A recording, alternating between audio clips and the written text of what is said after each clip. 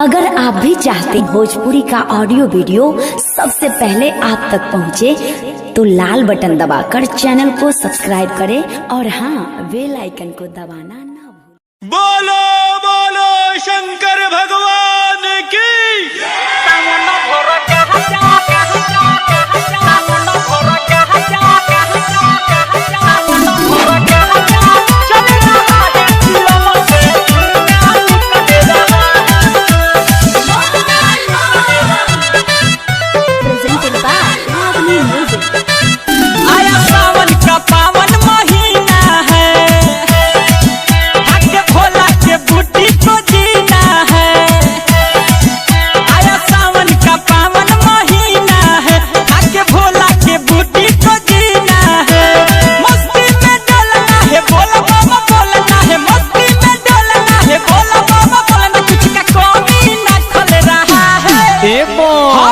अरे भाई का चल रहा है? बुढ़बक सावन चढ़ गया है, गाजा चल रहा है। अच्छा सावन भर गाजा चल रहा है, चिलों से धुआं निकल रहा है। सावन भर गाजा चल रहा है, चिलों से धुआं निकल रहा है।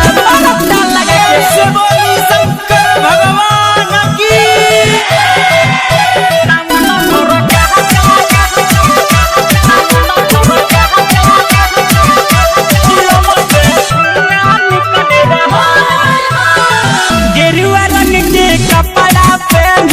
रंग है भक्ति के रंग में,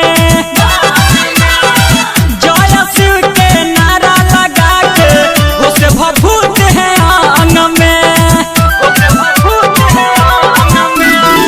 गेरुआ रंग के कपड़ा पहनी रंग है भक्ति के रंग में, जय शिव के नारा लगा के होश भभूत है अंग में। बजा के डीजे झूमते हैं, बजा के डीजे झूमते हैं, ने घूमते हैं, मौसम बदल रहा है। अरे अरे गांजा तनी कम पीजिए, जल भी चढ़ाना है। अरे बाबा का बूटी है।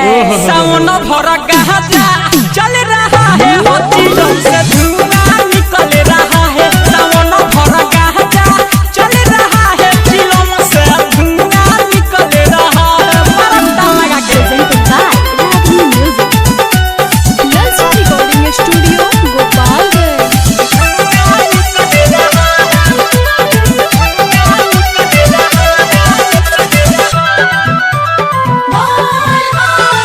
किसी से नहीं डरते हैं हम लोग, देख जवाब सवाल का। कभी मासूम भूल तो राजा भक्त है महाकाल का।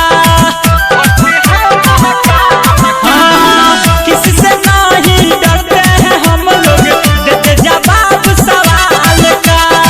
विवेक विकास और भूले तो राजा भक्त है महाकाल का। चिल्लाते हैं भजन खूब गाते हैं, बोलो बम चिल्लाते हैं भजन खूब गाते से खूब मचल रहा है।